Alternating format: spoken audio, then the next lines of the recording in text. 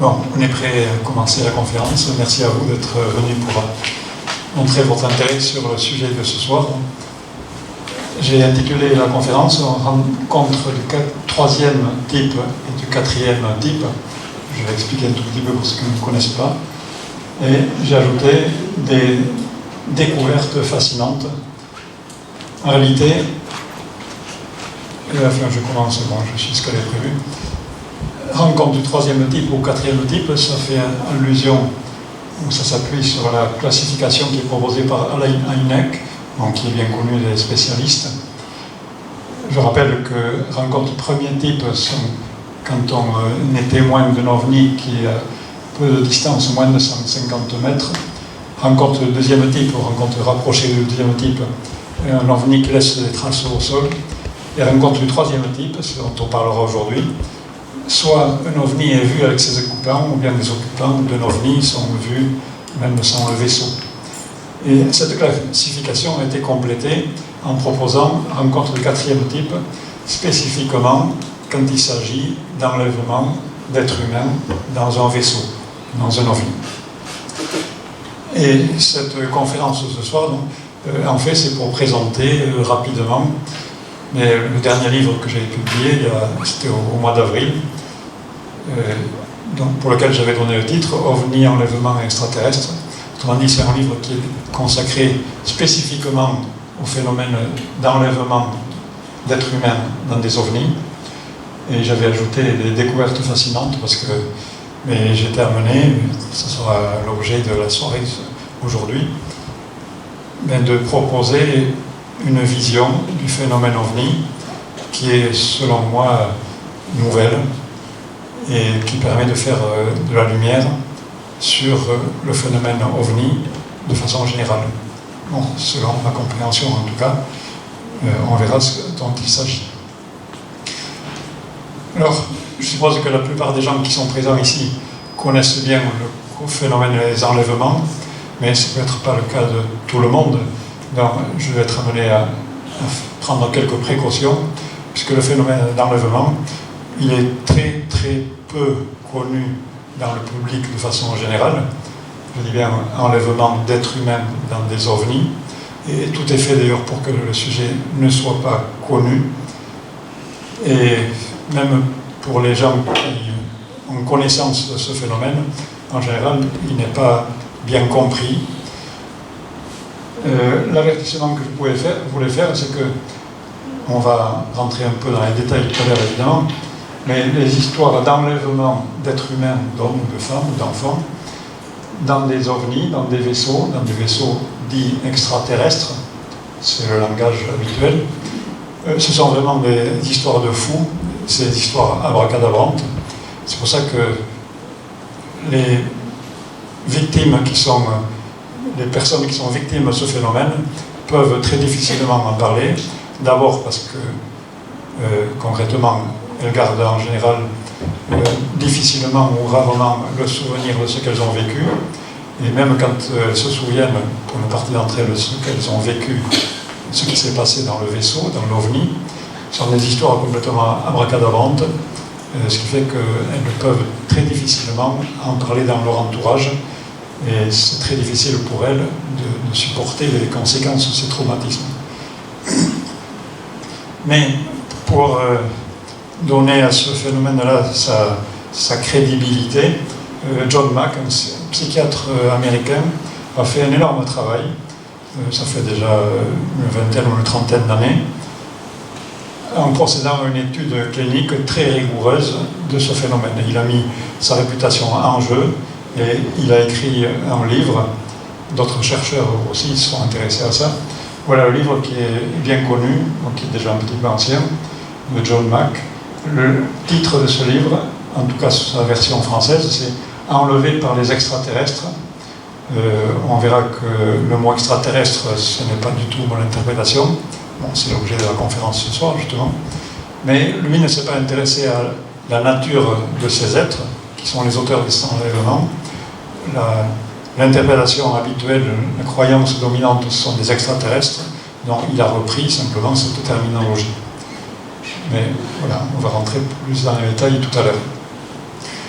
Alors, je suis obligé de commencer par donner quelques exemples d'enlèvements.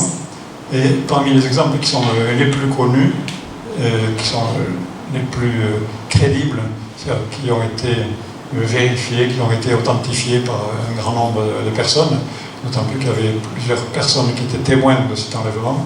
C'est ce qu'on appelle l'enlèvement du caporal Valdés, qui fait partie un petit peu des plus anciens, parmi les plus connus aussi, puisque ça date de 1977. Alors, rapidement, pour ceux qui ne le connaissent pas, parmi vous, je ne sais pas s'il y en a, donc, le caporal Valdés était à la tête d'une petite unité, d'un petit groupe de soldats au Chili, qui était responsable pour surveiller un troupeau de 1000 chevaux et de 1000 lamas. Donc ça se passe dans les Andes, en altitude, et ça se passait pendant la nuit. Tout d'un coup, donc, ils se rendent compte qu'il y a une grande lumière qui s'approche d'eux, qui vient derrière les coteaux, une lumière qui n'est pas naturelle. Imaginez que c'est en haute altitude, ou en tout cas en altitude dans les Andes, la nuit, il n'y a aucune manifestation humaine. Et bon, cette lumière disparaît dans le coteau, elle revient, et puis la lumière revient au devant d'eux.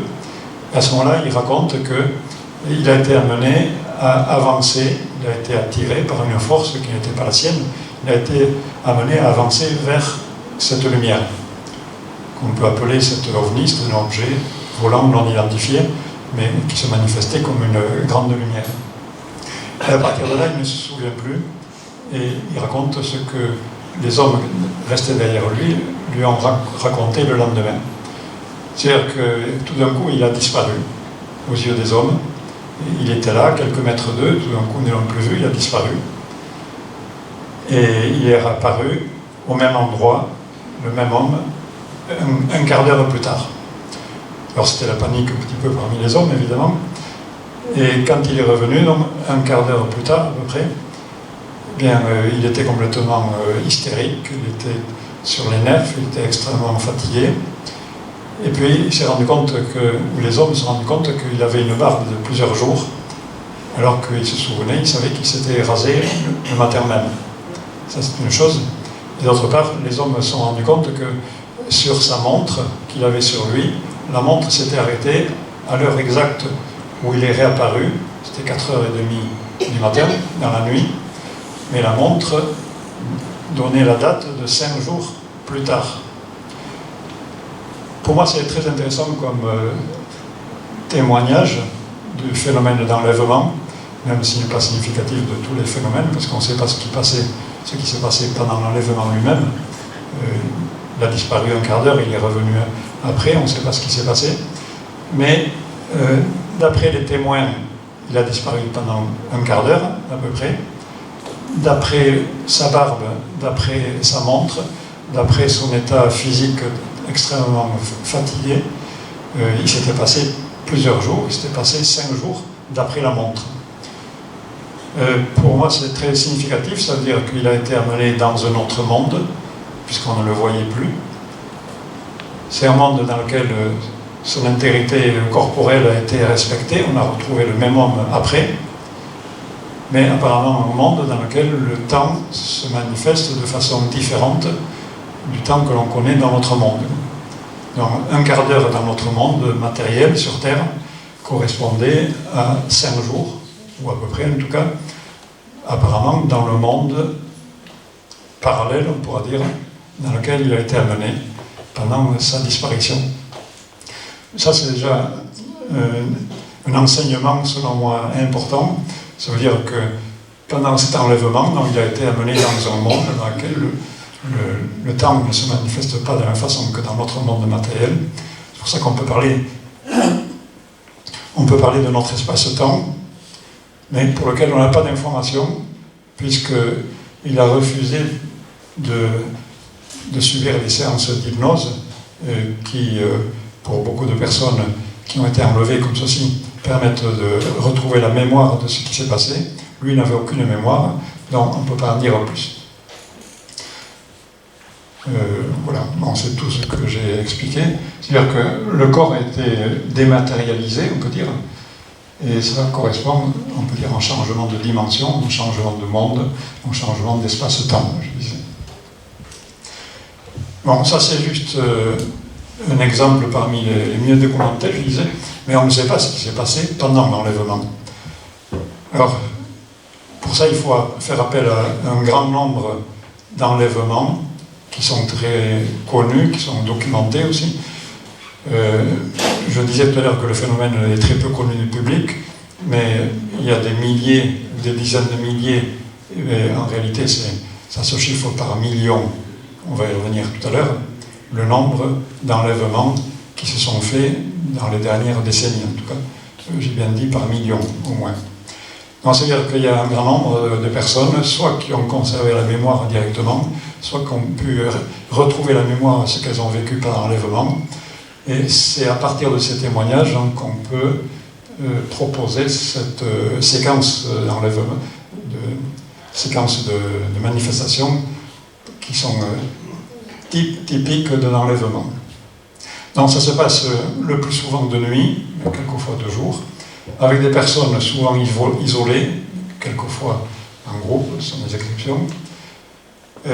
Les personnes enlevées, je disais que ce soit un homme ou une femme, peu importe, quelle que soit la catégorie sociale, rencontrent des êtres qui sont d'allure non humaine, qui sont souvent décrits comme ce qu'on appelle les petits riz, c'est-à-dire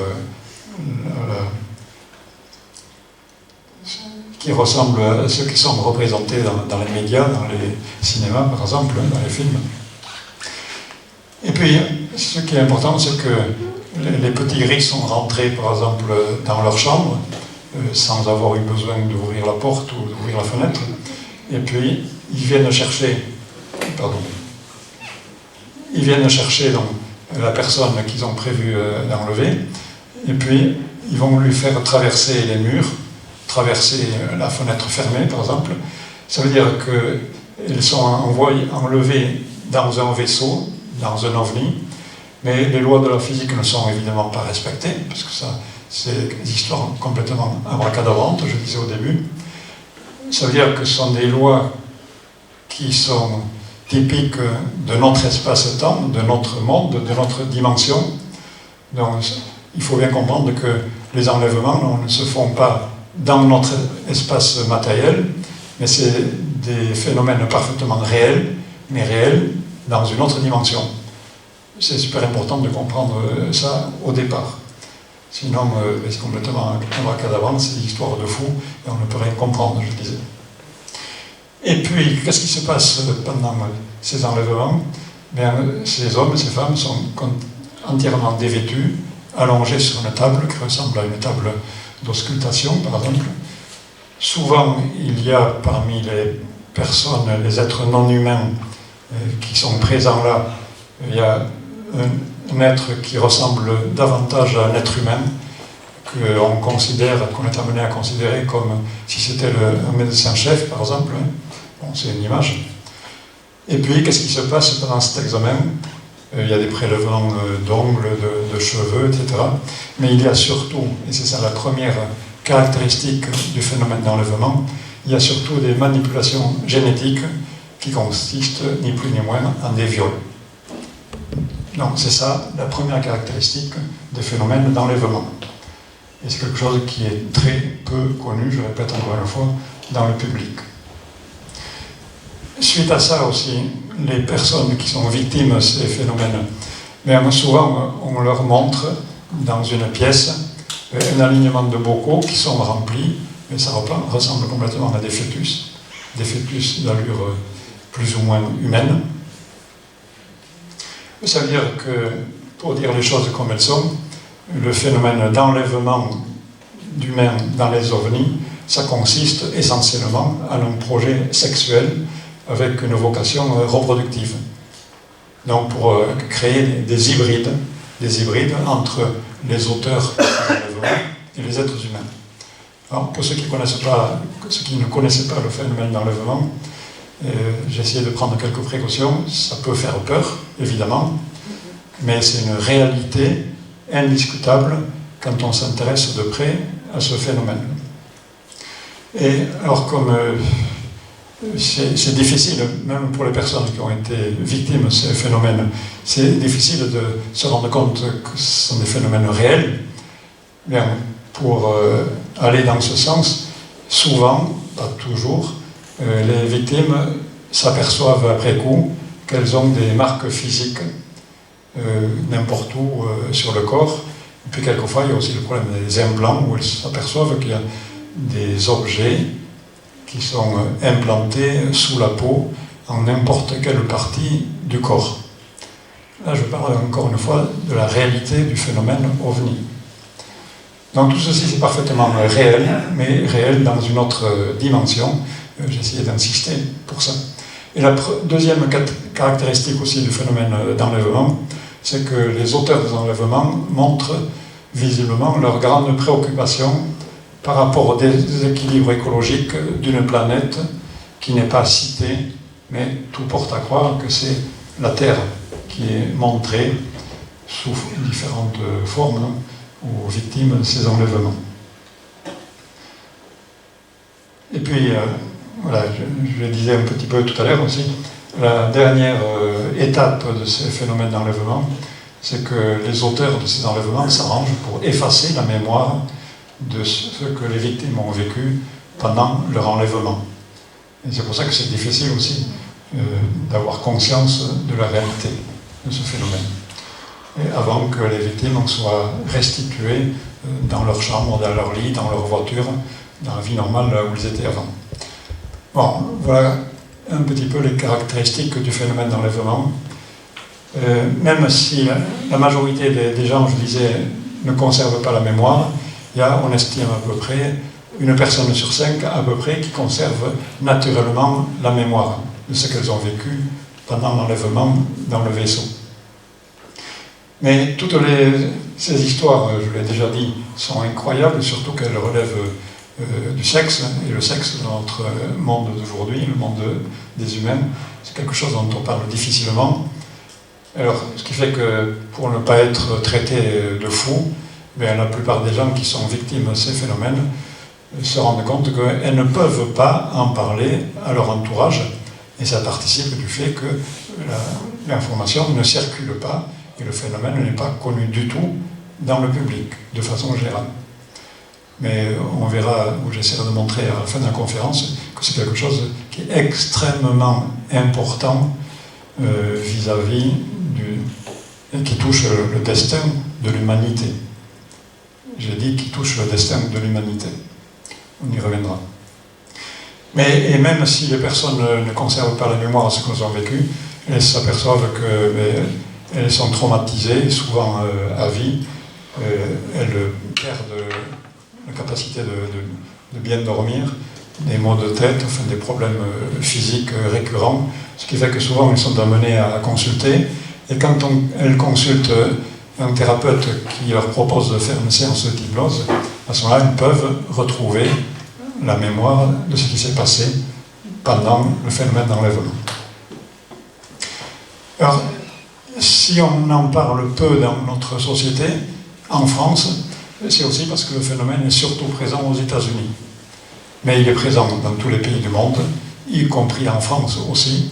Mais je ne vais pas répondre tout de suite à la question que vous posez. Pourquoi les États-Unis On y reviendra peut-être à la fin si vous revenez sur cette question. Voilà, mais c'est un phénomène qui existe partout. Et aux États-Unis, il y a eu plusieurs spécialistes qui se sont intéressés à ce sujet. Il n'y a pas que aux États-Unis, il y a en France aussi, évidemment. Et des statistiques ont été faites il y a quelques 20 ou 30 ans déjà, qui montraient que par rapport à la population des États-Unis, il y avait à peu près 2% de la population des États-Unis qui présentait l'un ou l'autre symptôme caractéristique d'un phénomène d'enlèvement. 2% par rapport à 300 millions à peu près de la population des États-Unis. C'est-à-dire que ça nous amène à 6 millions, en tout cas plusieurs millions apparemment sur ces statistiques, plusieurs millions de personnes qui sembleraient avoir été victimes d'un enlèvement. À notre époque, ça veut dire. Donc c'est extrêmement important, rien qu'aux États-Unis. Mais comme le phénomène d'OVNI, de façon générale, est tenu secret, bon, on en a parlé tout à l'heure dans la présentation, Patrice Interrossan y faisait allusion, donc c'est un phénomène qui est toujours secret. L'US Air Force, enfin, les pouvoirs publics américains en parlent du bout des doigts, ou plutôt on n'en parle pas, ou plutôt, pour être plus près de la réalité, sont responsables d'énormément de désinformation sur le sujet des ovnis. Donc, l'existence des ovnis n'est toujours pas reconnue officiellement, même avec le GEPAN en France, etc. Donc, le phénomène des enlèvements est encore moins reconnu. Donc, je suis amené à insister beaucoup pour répéter ça, mais voilà, je pense que ça le mérite. Voilà, donc je répète ce que je disais. La première caractéristique des enlèvements, c'est un projet sexuel reproductif de créer des êtres hybrides entre les ravisseurs et les êtres humains. La deuxième caractéristique, c'est une grande préoccupation pour l'écologie. Tout porte à croire que c'est de la Terre dont il s'agit, de notre planète Terre. Les auteurs qui sont vus par les victimes, ceux qui ont conservé la mémoire ou retrouvé leur mémoire, sont décrits avec des apparences assez différentes. Bon, l'apparence la plus couramment rapportée, c'est celle des petits gris. On parle aussi des grands gris. Il y a des êtres qui sont complètement d'apparence humaine, apparemment. Il y a des êtres qui ont une tête de reptilien avec un corps d'humanoïde. Il y a des êtres avec un corps d'insectes, de menthe religieuse, par exemple. Voilà, il y a une grande variété, même si les plus couramment rencontrés sont ce qu'on appelle les petits gris. Et le phénomène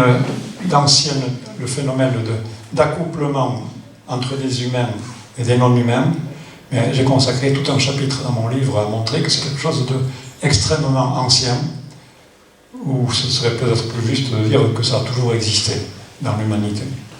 Moi, je ne vais pas en parler davantage aujourd'hui, je ne peux pas, la conférence, évidemment, résumer un petit peu des points les plus forts du livre, mais voilà, c'est important quand même de souligner que le phénomène d'accouplement, je répète, entre les humains et des non-humains a toujours existé.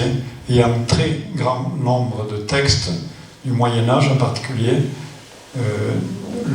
dus aux autorités religieuses dans le monde chrétien, par exemple, un très grand nombre de textes qui le prouvent. Des autorités religieuses jusqu'au pape qui ont écrit des textes qui montraient leur préoccupation sur un phénomène que les gens de l'époque ne connaissaient pas, ne comprenaient pas plutôt, il faut dire. Et donc, très grande ancienneté, très grand nombre, ça veut dire, bon, là je suis amené à le dire très rapidement, parce que c'est pas ça le point le plus important pour moi, mais j'ai développé davantage ça aussi dans mon livre. L'hypothèse extraterrestre, pour moi, est très peu probable pour expliquer le phénomène d'enlèvement.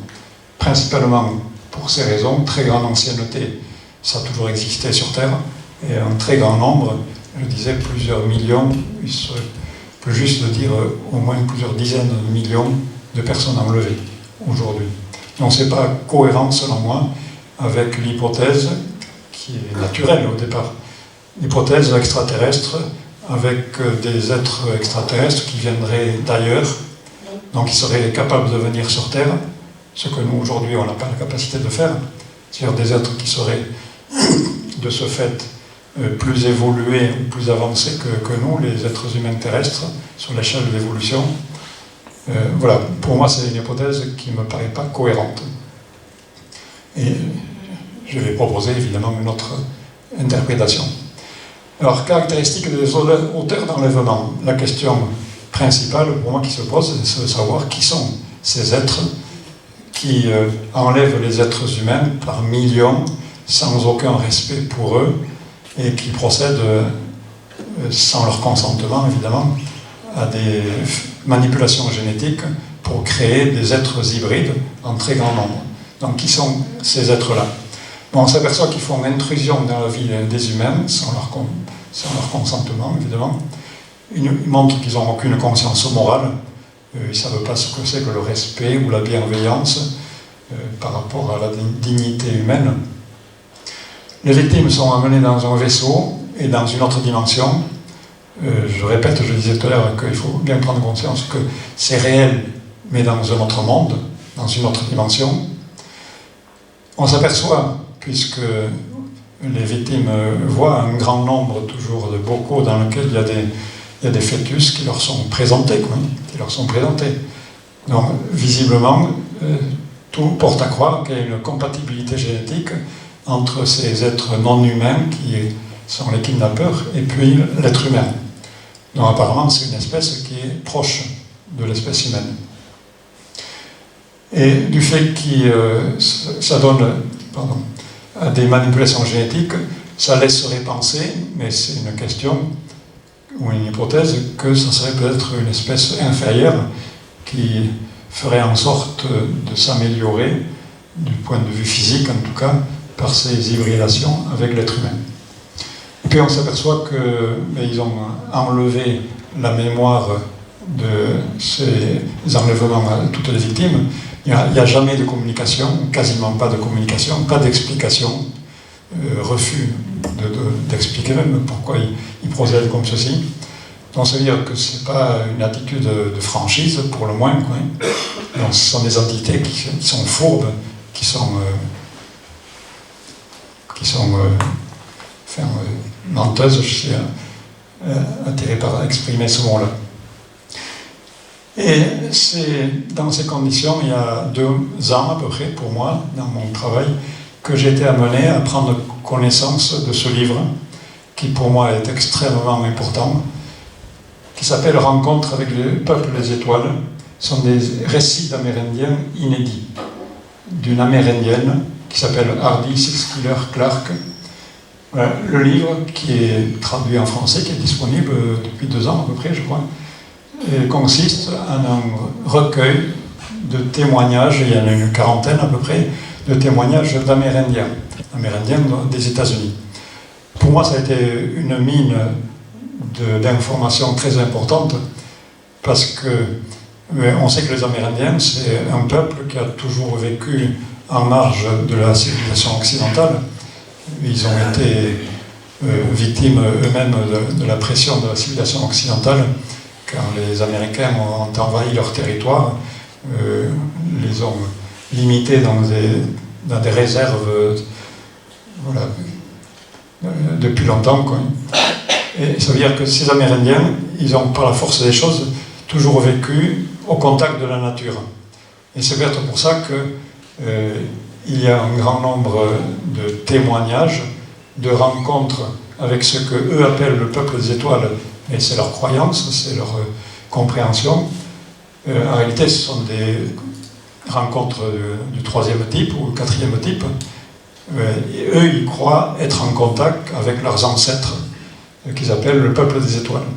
Dans ce livre, il y a une 40aine de témoignages, je disais, et c'est la lecture de ce livre, la lecture de ces témoignages qui m'a permis de faire une analyse, et pour distinguer, selon moi, 2 catégories de rencontres du 3e type.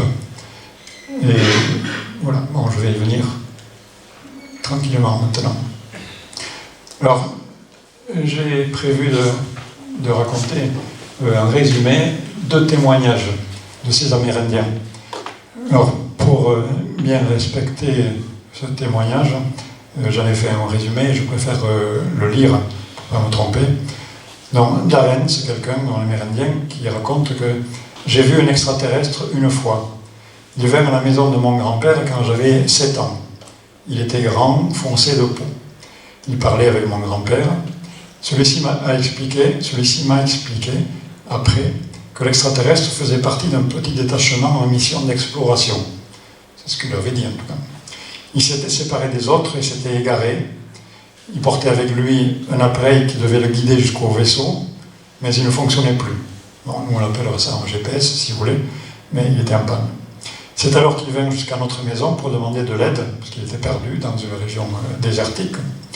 Nous l'avons accompagné jusqu'à son vaisseau, dans le canyon.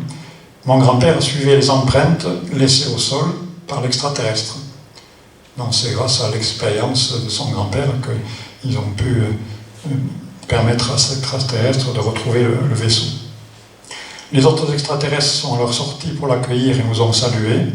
Le vaisseau était grand, circulaire, argenté et mat, sans ouverture visible. Nous l'avons regardé s'élever. Il n'a même pas soulevé de poussière, ce qui fait le plus surprenant pour moi, raconte Darren. Et j'ai revu le visiteur des étoiles 2 fois encore. C'était la maison de mon grand-père, 10 ans plus tard, j'avais alors 17 ans. Le même visiteur est revenu et voulait voir mon grand-père. Ils se saluèrent comme de vieux amis, et peu après, l'homme des étoiles repartit en direction du canyon. Mon grand-père m'a dit qu'il s'était simplement arrêté pour le saluer. Il m'a dit aussi qu'il lui avait donné, lui, le grand-père, avait donné un sac rempli de turquoise à l'extraterrestre. Et Darren raconte, je l'ai revu encore 5 ans après. Mon grand-père avait près de 90 ans, il n'était pas en bonne forme. J'étais inquiet à son sujet. Il était tard dans la nuit quand l'homme des étoiles apparut soudainement. Il marcha directement jusqu'au lit de mon grand-père et s'agenouilla devant lui. Après un court moment, il sortit. Et 3 jours plus tard, mon grand-père est mort. L'été suivant, Darren est revenu pour passer un mois dans la maison de son grand-père. La première chose qu'il remarqua en arrivant fut un sac à l'entrée de son petit atelier. C'était le petit sac de pierre turquoise que son grand-père avait offert à l'homme des étoiles. Il les avait restitués. Voilà, je crois que c'est un témoignage qui est assez significatif de ce type de témoignage. Je vais en lire un autre, il y en a plusieurs dans ce livre-là. On voit que l'extraterrestre qui est présenté comme un extraterrestre du peuple des étoiles a une allure humaine. Il était perdu, seul dans le désert. Il y a eu une relation amicale qui s'est installée et durable, puisqu'il est revenu 10 ans après, simplement pour le saluer. Il est revenu encore 5 ans après, juste avant que le grand-père décède. Autrement dit, on peut comprendre qu'il avait, lui, l'extraterrestre, connaissance qu'il devait décéder peu après. Donc c'est ça qui est la caractéristique de cette relation. Donc on peut voir les qualités de simplicité et d'humilité dans cette relation, et la communication se faisait par télépathie aussi. Bon, là je suis passé rapidement. Un autre témoignage qui est pour moi très significatif aussi, un témoignage de Harrison, c'est un autre Amérindien. Alors, lui aussi, ça se passe avec son grand-père qui vivait dans un ranch très isolé de la réserve, et un engin spatial s'est écrasé près de chez lui en novembre 1944. Bon, ça date pas d'hier.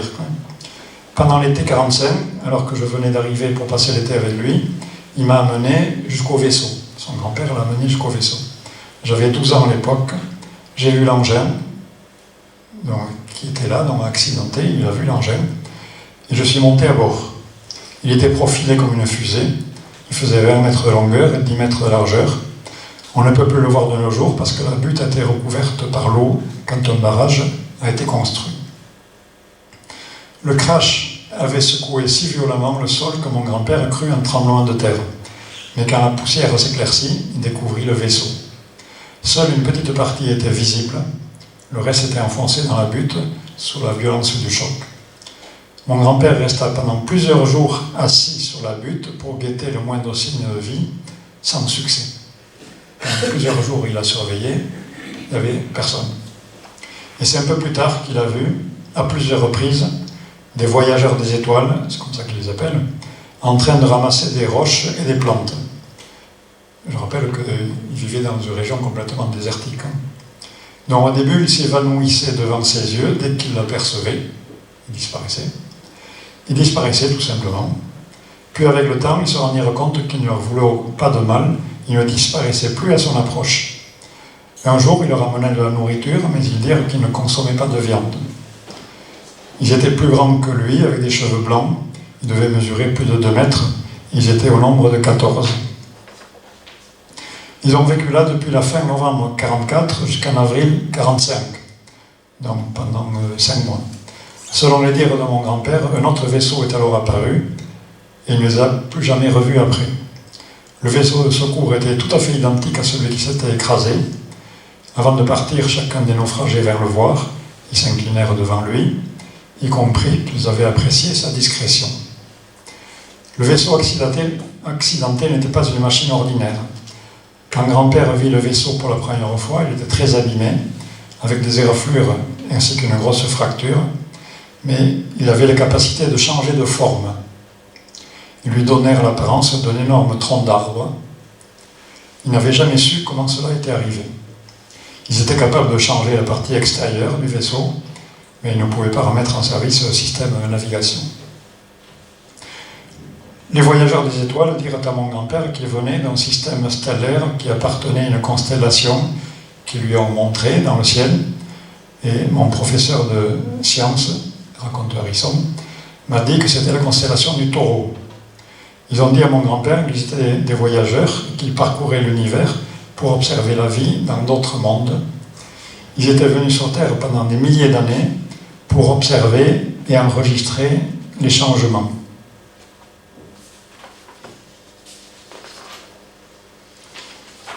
Et pour expliquer que le crash ait pu rester secret pendant toutes ces années, il faut savoir que l'endroit était désertique, très reculé à l'intérieur de la réserve, à 30 km de l'autoroute. Il y avait très peu de passages. À l'époque, le ranch le plus proche était à 16 km, il était inoccupé. De plus, le vaisseau était parfaitement dissimulé par des rochers et de la poussière. Mon grand-père n'a jamais parlé de cette histoire à personne, excepté à moi et à 2 de ses amis d'enfance.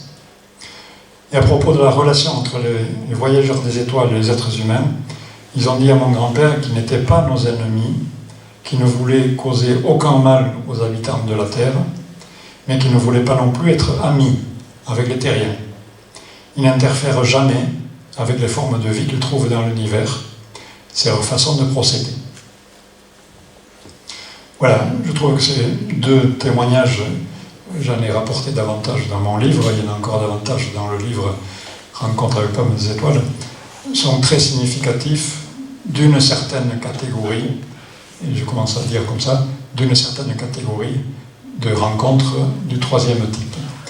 Dans ce témoignage de Harrison, on a vu des hommes qui sont très peu différents de nous, simplement des hommes de grande taille, 2 mètres, avec des cheveux blancs. Bon, c'est pas très différent de nous.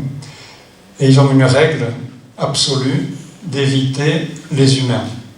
Et on l'a vu, là, puisque pendant plusieurs jours, ils se sont appliqués à ne pas se montrer au grand-père de Harrison, qui était là.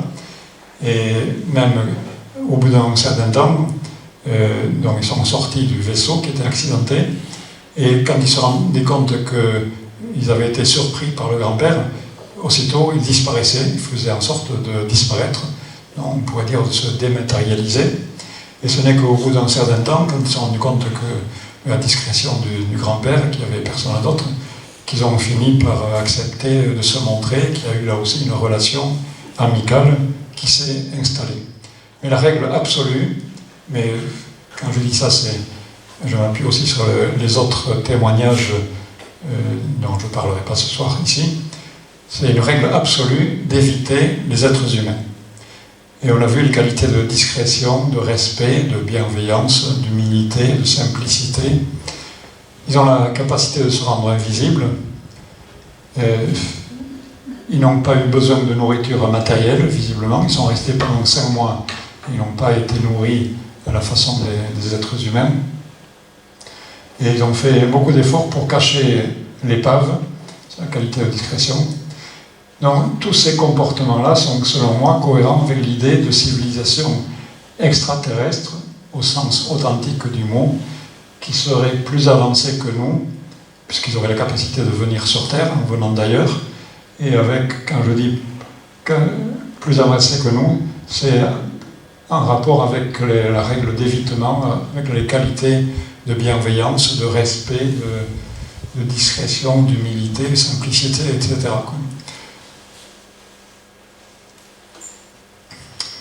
Alors, on est en France, ici, donc les témoignages que j'ai rapportés sont apparus aux États-Unis, chez les Amérindiens, mais en France, il y a quelques événements aussi qui font penser à ce type de rencontre du 3e type. Et en particulier, celui qui est le plus connu en général, c'est celui de Valençol, en juillet de 1965. Alors là aussi, bon, tous les spécialistes du phénomène connaissent évidemment Valençol, le phénomène de Cussac, le phénomène de Trans-en-Provence en particulier.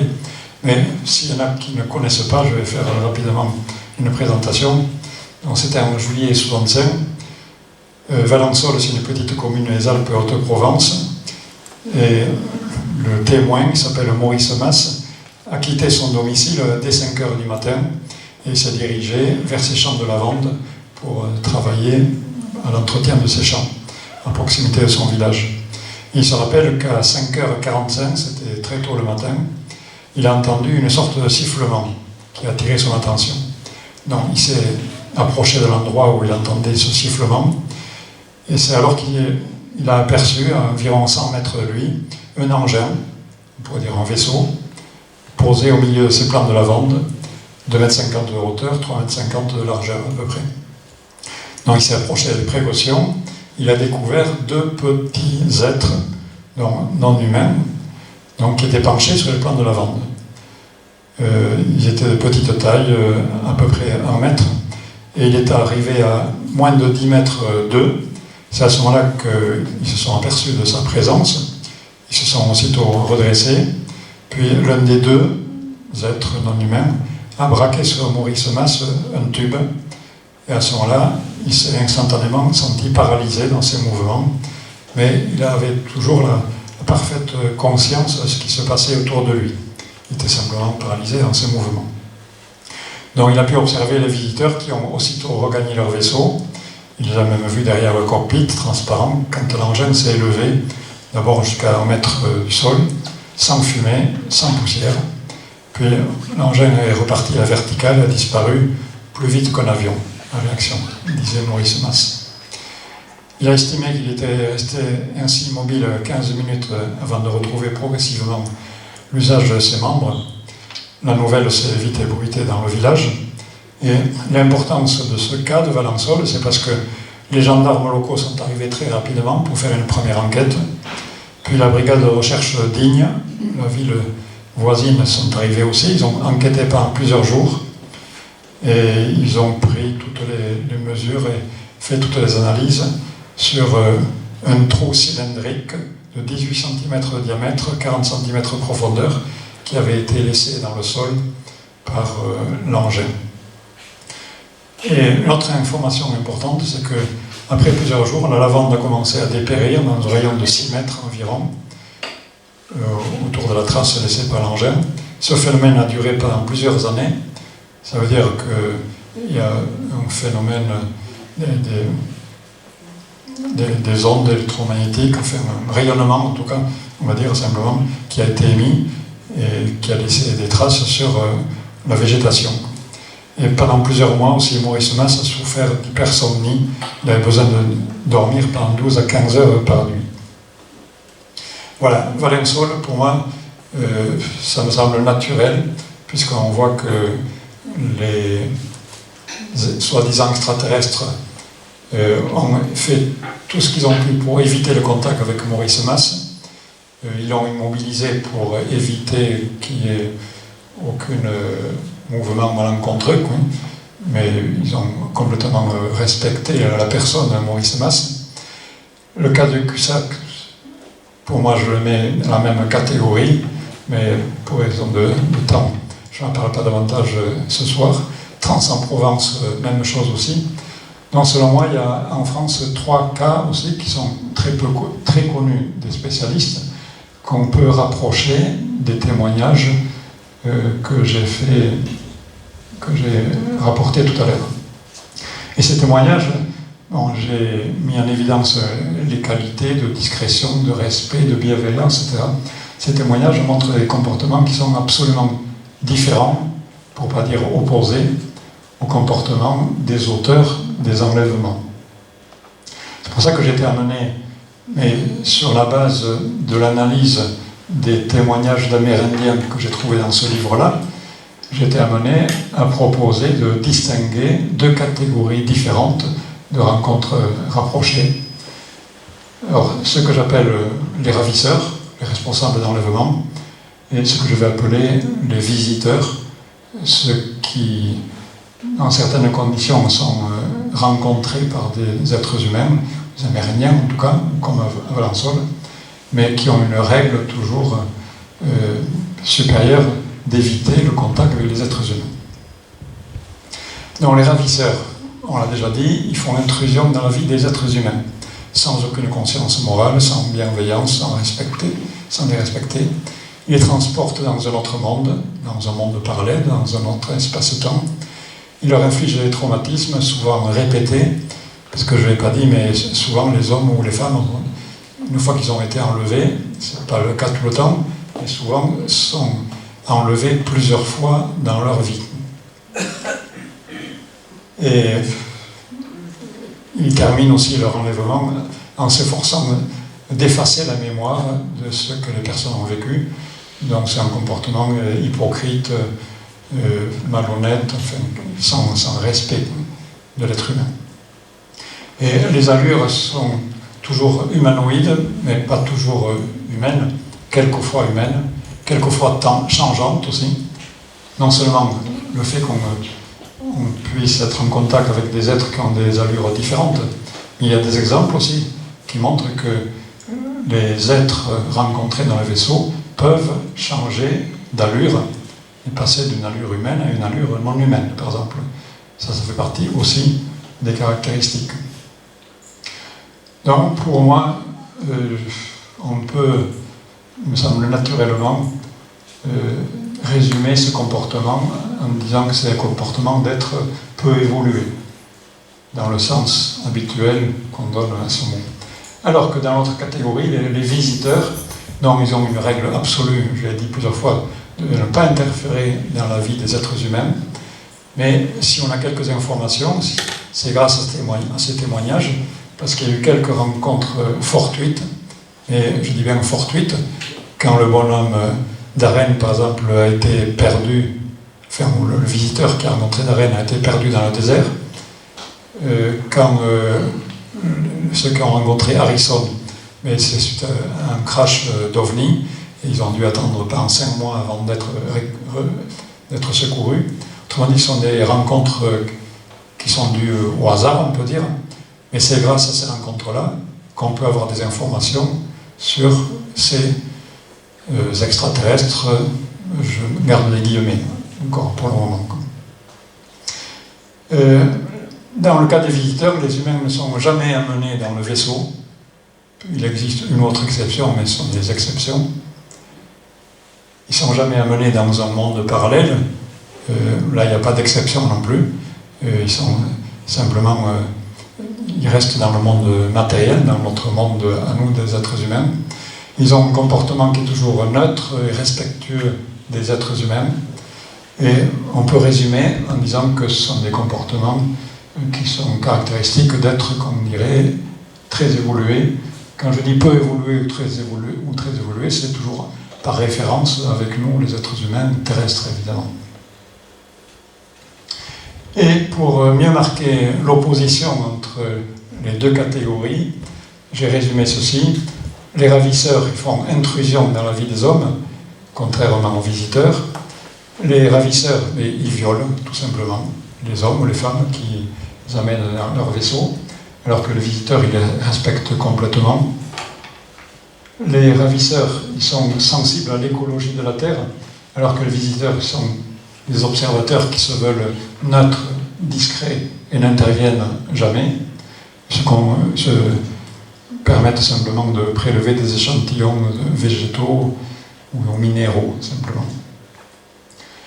Les ravisseurs, ils amènent leurs victimes dans le vaisseau, les visiteurs, jamais. Là aussi, c'est une autre exception, mais ce ne sont que des exceptions à la règle. Les ravisseurs ont des apparences qui peuvent être diverses. Les visiteurs ont toujours des apparences humaines, mais bon, c'est vrai que pas toujours des êtres humains comme vous et moi, avec quelques petites différences, mais qu'on peut qualifier toujours d'êtres humains. Et enfin, les ravisseurs enlèvent la mémoire du vécu dans le cerveau de leurs victimes et les visiteurs, pas du tout. Autrement dit, la conclusion, selon moi, s'impose, avec cette analyse que j'ai faite très rapidement, évidemment, elle est davantage développée dans le livre, que je propose l'idée qu'il existe une double origine du phénomène OVNI, de façon générale.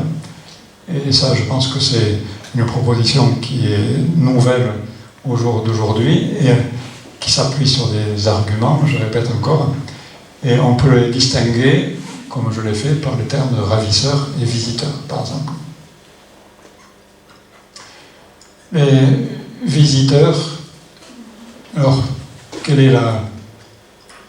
De la même façon que la question se posait de qui sont les ravisseurs, on va y revenir, la question se pose aussi, essayer de répondre plus précisément, qui sont ces visiteurs. Voilà, il me semble que la réponse est plus facile, elle vient plus naturellement. On a vu qu'ils ont des allures comme nous les êtres humains, avec quelques petites différences, mais qui sont plutôt mineures en général. Ils ont des qualités de discrétion, neutralité, respect, gratitude, humilité, donc des qualités nobles, on pourrait dire, par rapport à l'être humain.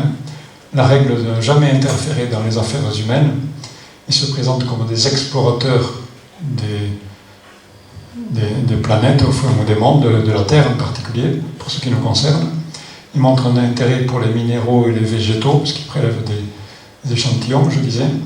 Et ils se disent originaires de divers systèmes solaires dans notre galaxie, en général.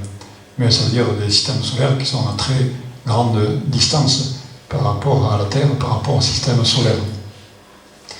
Voilà, c'est dans la Voie lactée. Ils disent aussi que leurs ancêtres ont visité la Terre depuis des milliers d'années. Il y a plusieurs témoignages qui ont énoncé cela. Et puis, ce que j'ai trouvé remarquable, même si on n'y porte pas toujours attention, l'attention que ça mérite, il me semble, c'est qu'ils se présentent comme des êtres qui viennent d'ailleurs, d'autres mondes, différents de la Terre, qui viennent d'autres mondes extérieurs au système solaire, et pourtant, ils se présentent, enfin, une fois qu'ils veulent bien se présenter, une fois qu'ils veulent bien se montrer, ils se montrent comme s'ils étaient parfaitement adaptés, plutôt ils montrent qu'ils sont parfaitement adaptés à la vie sur Terre.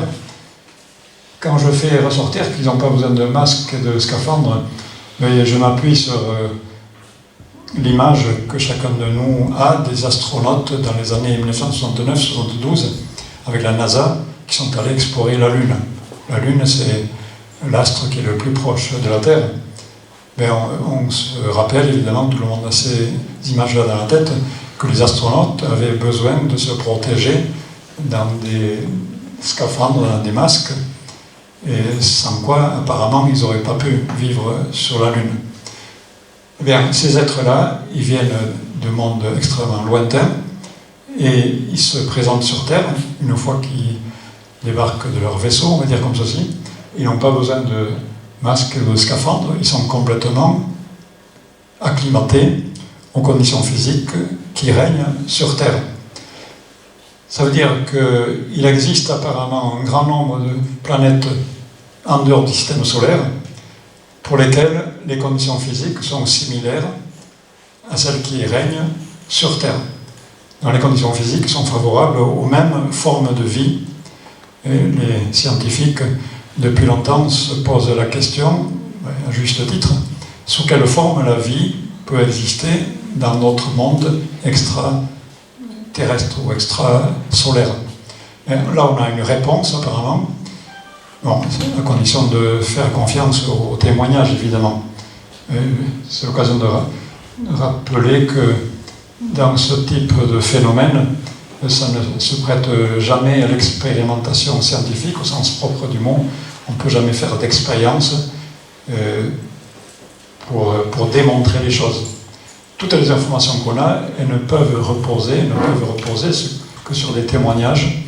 Et les témoignages, évidemment, pour quelqu'un qui n'est pas prêt à admettre les conclusions que ça entraîne, c'est facile de rejeter les témoignages pour telle ou telle raison.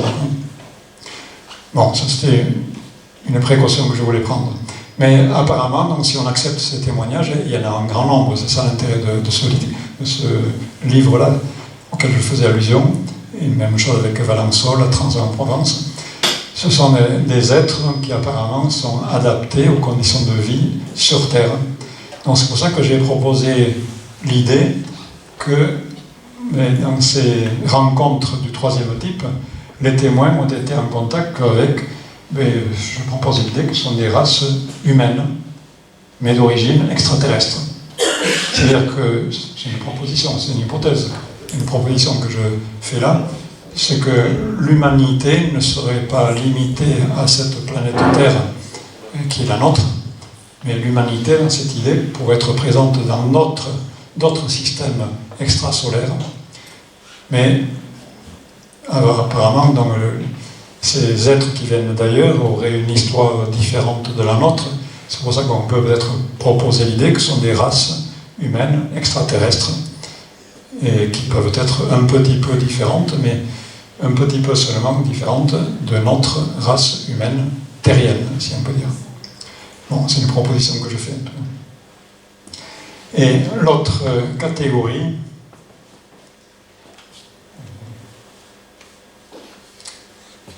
oui. C'est pas vous, bon, excusez-moi, j'avais besoin de prendre un peu.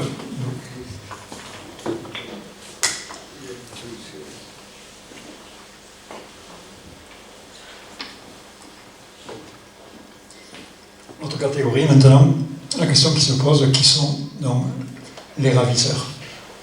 Bon, j'ai dit au début, j'ai pas le temps de pesantir davantage, que l'hypothèse extraterrestre ne paraissait pas cohérente, satisfaisante.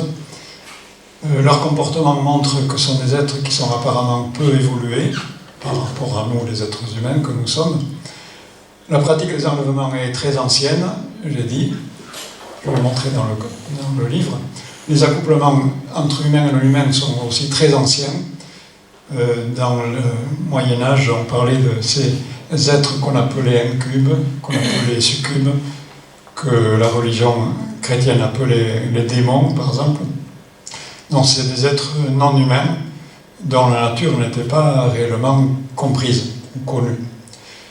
Mais il y a d'autres sources d'informations dans les pays celtiques, par exemple, où les enlèvements d'êtres humains, ça existait, c'était connu, et c'était attribué aux fées.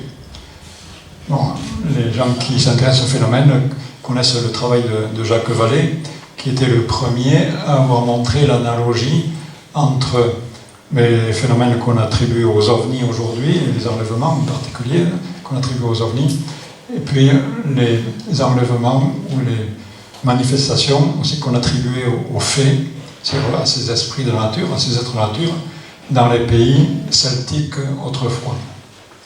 Et il y a un travail qu'on met toujours en avant quand on parle de ça, qui est dû à l'anthropologue Evans Wentz, qui a fait pendant 2 ans un travail donc, de collecte d'informations dans les pays de l'actuelle Angleterre, ou bien de la Bretagne française aussi, pour mettre par écrit toutes les connaissances, certains pourraient dire croyances peut-être, ou connaissances qui étaient encore détenues par les personnes les plus âgées, qui ont été oubliées maintenant. Eh bien, selon cette analyse, les faits peuvent se montrer dans des corps de formes différentes, y compris même des formes d'animaux.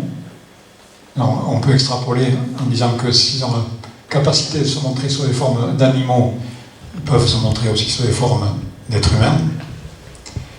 Les faits peuvent apparaître et disparaître à volonté. Les faits mentent fréquemment, donc ce sont des êtres espiègles, des êtres menteurs, et les faits passent leur temps à tromper les humains. C'est une de leurs caractéristiques, d'après les Celtes. Et puis enfin, ce qui nous intéresse ici, les faits enlèvent aussi bien des adultes que des enfants, et certains ne sont pas restitués à leur famille. Autrement dit, le phénomène d'enlèvement était connu dans les pays celtes autrefois. Et une autre source de connaissance aussi dans la tradition islamique, dans le monde musulman, les djinns, bon, c'est connu pour être notre appellation ou notre catégorie, si on peut dire, de ces êtres de la nature, ces esprits de la nature, on les appelle comme ça dans les pays islamiques. C'est un travail qui est dû à Gordon Creighton, un passionné de phénomènes ovni aussi, qui a disparu il y a quelques années, et qui avait montré, sur la base des connaissances de la religion islamique, ou bien des connaissances de la tradition islamique, qui avait montré que les djinns sont invisibles habituellement et peuvent se matérialiser, en se rendre visibles, à volonté. Les djinns peuvent apparaître sous n'importe quelle forme, donc ça rejoint ce qu'on disait tout à l'heure avec les fées dans les pays celtiques. Les djinns sont menteurs et prennent le plaisir à tromper les êtres humains avec toutes sortes d'absurdités. Même chose, ça rejoint ce qu'on disait tout à l'heure. Les djinns adorent les enlèvements d'êtres humains aussi, et puis séduisent leurs victimes par leur grande capacité télépathique. Voilà, toutes ces caractéristiques, c'est celles qu'on trouve justement dans les phénomènes d'enlèvement. Donc, on a retrouvé, je l'ai montré très rapidement, des comportements similaires. Les élémentaux, donc c'est un terme qui veut englober aussi bien les êtres de la nature que les fées, que les djinns. Les élémentaux sont des créatures surnaturelles qui ont été oubliées par l'homme d'aujourd'hui, mais qui étaient connues dans les pays celtes, qui est encore connu dans les pays musulmans. Les élémentaux sont on l'a vu, sont des spécialistes de tromper les êtres humains, sont des maîtres illusionnistes. Et les élémentaux sont, ou on peut dire aussi les êtres élémentaires, sont considérés comme des êtres retardataires par rapport aux êtres humains. Alors, quand je dis ça, là, je m'appuie sur d'autres sources de connaissances, en tout cas, mais dont j'ai fait état dans tous mes travaux de recherche, si on peut dire. C'est-à-dire que je m'appuie sur des connaissances, ce qu'on appelle la science spirituelle. La science spirituelle, alors, je suis toujours amené à rappeler en quelques mots ce qu'on entend par science spirituelle. C'est une source de connaissances qui est indépendante des sources de connaissances traditionnelles, indépendante des sources de connaissances religieuses, mais qui convergent complètement. Dans la science spirituelle, c'est une connaissance qui est proposée par des êtres humains exceptionnels, je dirais. Il y en a un qui est en général relativement connu, ici je cite Rudolf Steiner, le fondateur de l'anthroposophie. Bon, c'était au début du XXe siècle. Mais Rudolf Steiner, c'était un homme remarquable qui avait la capacité d'être clairvoyant au sens propre du mot. Et ça veut dire qu'il avait fait un travail sur lui suffisant, on va dire, pour se nettoyer de tout son ego, on va dire comme ceci, et qui lui permettait de contacter directement le monde spirituel, c'est-à-dire qui lui permettait de contacter directement les êtres du monde spirituel. Bon, quand on entend ce que je viens de dire là pour la première fois, on n'est pas obligé d'y croire. Je propose simplement d'écouter ce que je viens de dire comme une hypothèse, mais pour moi ça a été une source de connaissances très importante. Et j'ai l'habitude de citer Rudolf Steiner, le fondateur de l'anthroposophie. Et il y a un autre courant spirituel actuel, aussi contemporain, qui s'appelle la psychoanthropologie, et pour lequel le nom associé est celui de Selim Aysen. Voilà, pour moi, ce sont deux sources qui relèvent de la science spirituelle, qui convergent complètement avec les connaissances que j'ai pu trouver dans l'islam, dans les textes anciens, dans les textes traditionnels. Quand je dis traditionnels, c'est à notre époque, même en Afrique, en Asie par exemple. Toutes ces connaissances qui sont délaissées par la science convergent pour nous rappeler l'existence de ces êtres élémentaux qui sont considérés, qui sont présentés comme des êtres retardataires aux êtres humains, autrement dit, qui sont moins avancés que les êtres humains sur l'échelle de l'évolution. Mais voilà, même si les fées et les djinns sont connus pour être les auteurs des enlèvements, qui ont ces caractéristiques de mentir aux êtres humains, etc., mais les fées ou les djinns ne se montrent pas dans des ovnis. Les enlèvements dans des ovnis dans des vaisseaux aériens. Ça date simplement, les premiers cas les plus connus, plutôt à notre époque, ça date des années 50-60. Autrement dit, c'est caractéristique de notre époque moderne, on va dire. Mais, on l'a déjà montré un petit peu, il faut être conscient qu'il existe une très grande variété d'êtres élémentaux qui justifient qu'on leur a donné des noms très différents selon les régions, selon les époques. Et puis, quand on arrive là, jusqu'à maintenant, je fais un très rapide résumé de ce que j'ai mis dans mon livre qui a été publié depuis un mois. Et puis, il m'a semblé que je pouvais aller un peu plus loin dans la conférence. Autrement dit, maintenant, je vais faire état du résultat de mon travail postérieur à la publication de ce livre. Il me semble que c'est très important de prendre conscience de la nature de ces ravisseurs, de ces auteurs d'enlèvement. J'ai montré qu'ils ont des capacités, qu'ils ont des comportements qui permettent de les considérer comme des êtres élémentaux. On les appelait des fées, on les appelait des djinns, enfin des êtres élémentaux de façon générale.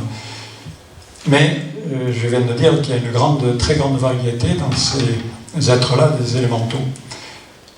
Et depuis pas très longtemps, enfin pour moi ça fait 6 mois, ce que je vous propose aujourd'hui, c'est le résultat de mon travail de recherche. Ça fait 6 mois à peu près que j'ai pris connaissance, ou j'ai pris conscience, qu'il existe aussi des êtres élémentaux sur la Lune. Et pour comprendre ceci, je me suis appuyé en partie, pas que, mais en partie, sur un livre qui est connu, je m'en suis aperçu tout à l'heure, de certains parmi vous. Le titre, c'est « Il n'était pas seul sur la Lune, le dossier secret de la NASA ». L'auteur, c'est Georges Léonard. Et là, je me dois de faire un petit historique de ce livre-là, parce que, sauf quelques rares spécialistes, ce livre-là n'est pas connu du tout, et pour cause, parce qu'il a été écrit dans les années 1977, et il a été traduit même en France en 1978.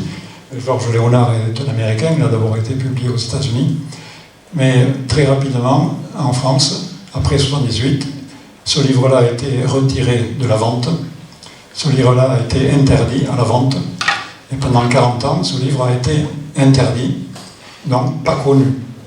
Il y a quelques chanceux, si on peut dire, qui avaient pu acquérir les premiers exemplaires, puis après, je répète, ça a été retiré de la vente.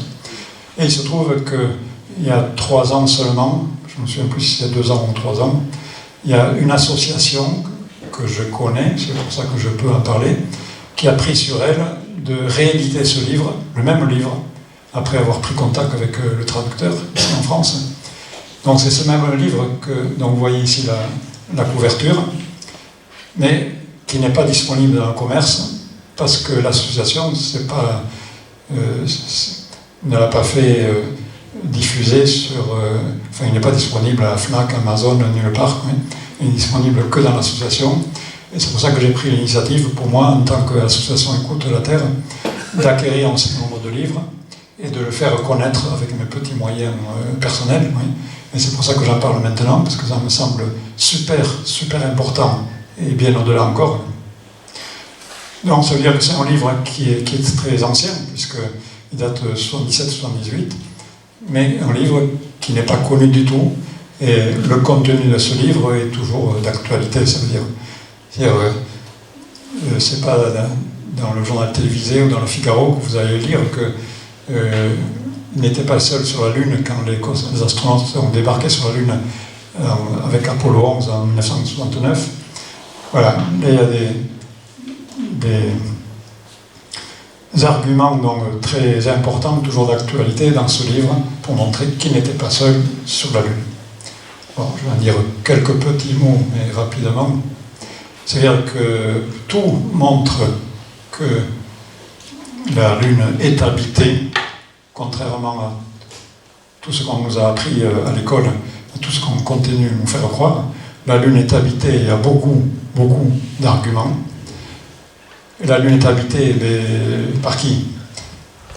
D'abord, ça fait plusieurs siècles que les astronomes amateurs ont observé sur la Lune les scintillements, des éclairs, des lueurs qui ne pouvaient pas être naturelles. Il faut savoir qu'il n'y a plus aucune activité volcanique sur la Lune, quoi. Les scientifiques de la NASA le disent les premiers. Et l'analyse des photos de la NASA, c'était l'objet de ce livre justement, qui a été écrit par quelqu'un qui avait été engagé par la NASA pour justement analyser les photos qui ont été prises dans les années 70. Mais il s'est rendu compte, Georges Léonard, que la NASA faisait tout pour garder pour elle les résultats de ces analyses. Pour lui, qui était chargé, encore une fois, il était payé par la NASA pour ça, qui était chargé d'analyser les photos, tout montrait qu'il y avait une activité qui montrait que la Lune était habitée. Mais la NASA refusait absolument de le faire savoir publiquement. Donc c'est pour ça qu'il a pris sur lui d'écrire ce livre. Mais visiblement, on le voit avec beaucoup de photos de la NASA, donc qui ne sont pas de grande qualité dans ce livre, parce que c'est un petit format. Mais avec obligatoirement l'accord de la NASA, puisqu'il a publié des photos de la NASA. Mais après ça, la NASA a fait en sorte, la NASA, il se trouve en tout cas que les livres ont été retirés et interdits de la vente. Donc il est difficile de ne pas mettre ça sur le dos de la NASA, évidemment. Et l'analyse des photos, maintenant il y a encore de plus en plus d'astronomes amateurs, même à notre époque, qui ont pu observer, puisque la qualité des équipements s'est beaucoup améliorée aussi, qu'il y a des aménagements, qu'il y a des constructions, qu'il y a des tours en grand nombre, de grande taille ici sur la Lune. Et puis les observations des astronautes, c'est une question qui vient forcément à l'esprit. Est-ce que les astronautes les ont vus? Bon, si vous allez sur les sites officiels, la réponse sera non, on n'en parle pas, évidemment. Mais si vous cherchez davantage, à l'époque, en 1969, le premier vol de Louis Armstrong à Aldrin, quand ils ont posé la première fois le pied sur la Lune, mais ils ont eu des exclamations qui ont été enregistrées par des astronomes amateurs, mais qui ont été coupées par la NASA, évidemment. Ils ont eu des exclamations qui montraient qu'ils étaient époustouflés par le spectacle qu'il y avait devant eux. Bon, ça c'est une petite chose. Il y a d'autres textes qui ont été écrits par des scientifiques, justement, qui ont travaillé dans la NASA, qui ont montré, mais indirectement, que les astronautes avaient été témoins aussi de phénomènes lumineux, non naturels, et qui n'étaient pas expliqués. Et puis, selon moi, l'argument le plus important, c'est ça que je développe dans un livre qui fera la suite du livre dont on parle maintenant, mais il ne sera pas encore publié avant un an, je pense. L'argument, selon moi, le plus important, c'est la façon dont a été conduit le projet Apollo. Parce qu'on ne sait pas. Il y a beaucoup de choses qu'on ne sait pas dans ce projet Apollo, ou qu'on ne sait pas, qu'on peut savoir, mais à condition d'aller fouiller, d'aller chercher les informations. Juste quelques petits éléments. Vous savez que le projet Apollo 11, c'est 1969, juillet 69. Il y a eu 6 missions qui ont aluni sur la Terre, sur la Lune, pas davantage. Ça s'est terminé avec Apollo 17, alors que les fusées Apollo 18, 19 et 20 étaient construites, étaient programmées. Mais elles ont été annulées. Ils ont été annulés sans explication, soi-disant pour des raisons budgétaires, mais qui n'est pas une raison valable, puisque les fusées Apollo étaient déjà opérationnelles. Et puis vous vous êtes rendu compte évidemment que le dernier alunissage c'est en 1972, nous sommes quasiment 50 ans après. Et maintenant, on l'a entendu tout à l'heure avec Patrice Galacteros, il y a soi-disant des projets de revenir sur la Lune. En tout cas, depuis 50 ans, les hommes ne sont jamais revenus sur la Lune. Et moi, j'ai une très forte tendance à penser que toutes les informations qui sont proposées aux êtres humains, c'est simplement des histoires, je vais dire comme ça. Et l'homme n'est pas prêt de revenir sur la Lune, parce que la Lune est habitée. Bon. Ça pourra faire l'objet de questions tout à l'heure. Voilà, donc il y a beaucoup d'arguments qui montrent que la Lune est habitée. Et puis, là encore une fois, je m'appuie sur les connaissances de la science spirituelle, qui parlent beaucoup, justement, et il faut aller chercher ces informations aussi, qui parlent beaucoup du fait que la Lune est habitée, et Steiner a écrit, par des êtres qui sont en stade de développement inférieur à celui des hommes. Alors, je suis conscient que ça demanderait d'être développé, mais ce n'est pas l'objet principal de la conférence ce soir. Donc, éventuellement, je pourrais répondre à des questions, mais je suis obligé de passer un peu vite. Et tout est fait pour garder cette présence sur la Lune secrète. La NASA, l'US Air Force, les Américains font tout pour cela. Et voilà, toute la désinformation va dans ce sens. Et juste une dernière connaissance d'un événement aussi, qui est quasiment pas connu non plus, que j'ai découvert moi il y a quelques mois simplement. C'est pas un argument très fort, mais ça va quand même dans le sens d'un argument qui soutient un peu la présence sur la Lune. Ce sont ce qu'on appelle les prélèvements d'eau dans des ovnis. C'est très peu connu. Encore une fois, je me réfère au livre de Georges Léonard, tout à l'heure, qui écrivait, il y a déjà 50 ans, qu'au Canada, des petits humanoïdes descendent de leur soucoupe pour plonger les tuyaux dans des lacs. Des petits humanoïdes descendent de leur soucoupe, c'est-à-dire de leur vaisseau, de leurs ovnis. Et il y a aussi un autre témoignage d'un Amérindien, dans le livre que je citais tout à l'heure, Rencontre avec le peuple des étoiles, qui raconte que, lui aussi, il a vu, mais il raconte qu'on peut voir l'eau se soulever. C'est un large courant d'eau continu qui aspirait sous le vaisseau, comme une averse à l'envers.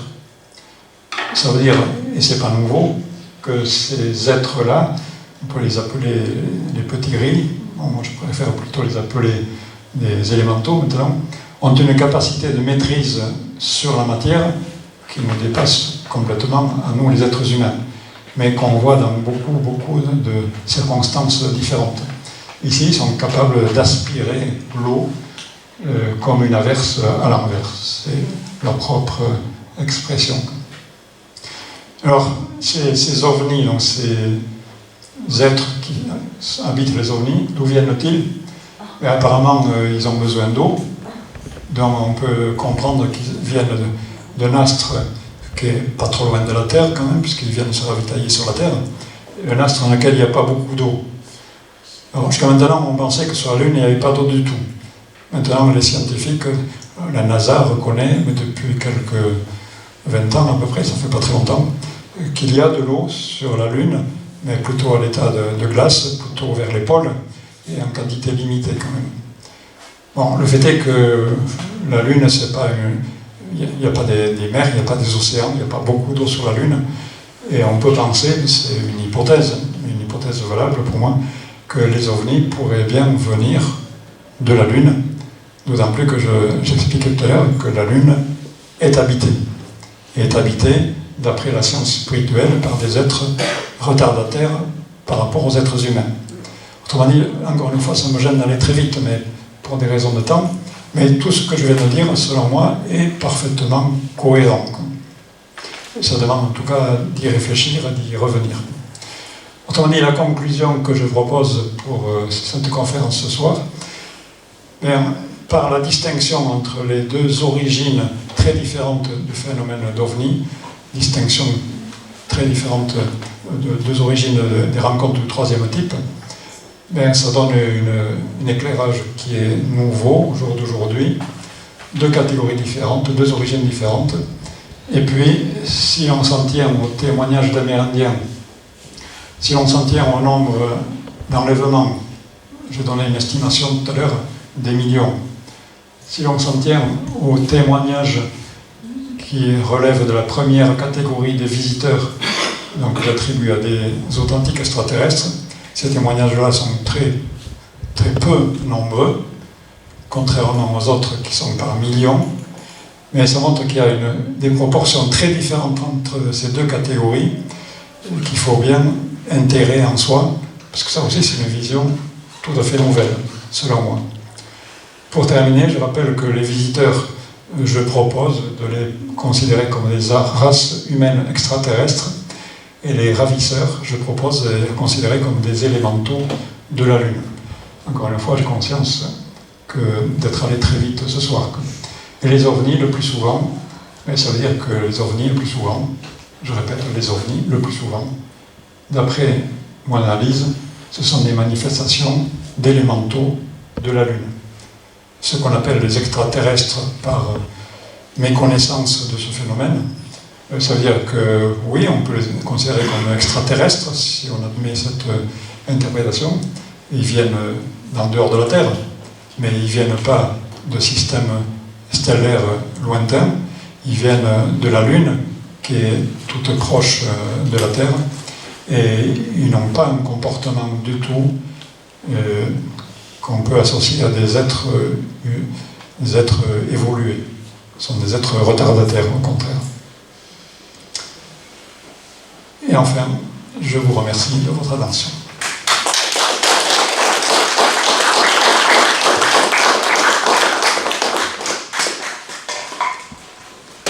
Je suppose qu'il y aura quelques petites questions.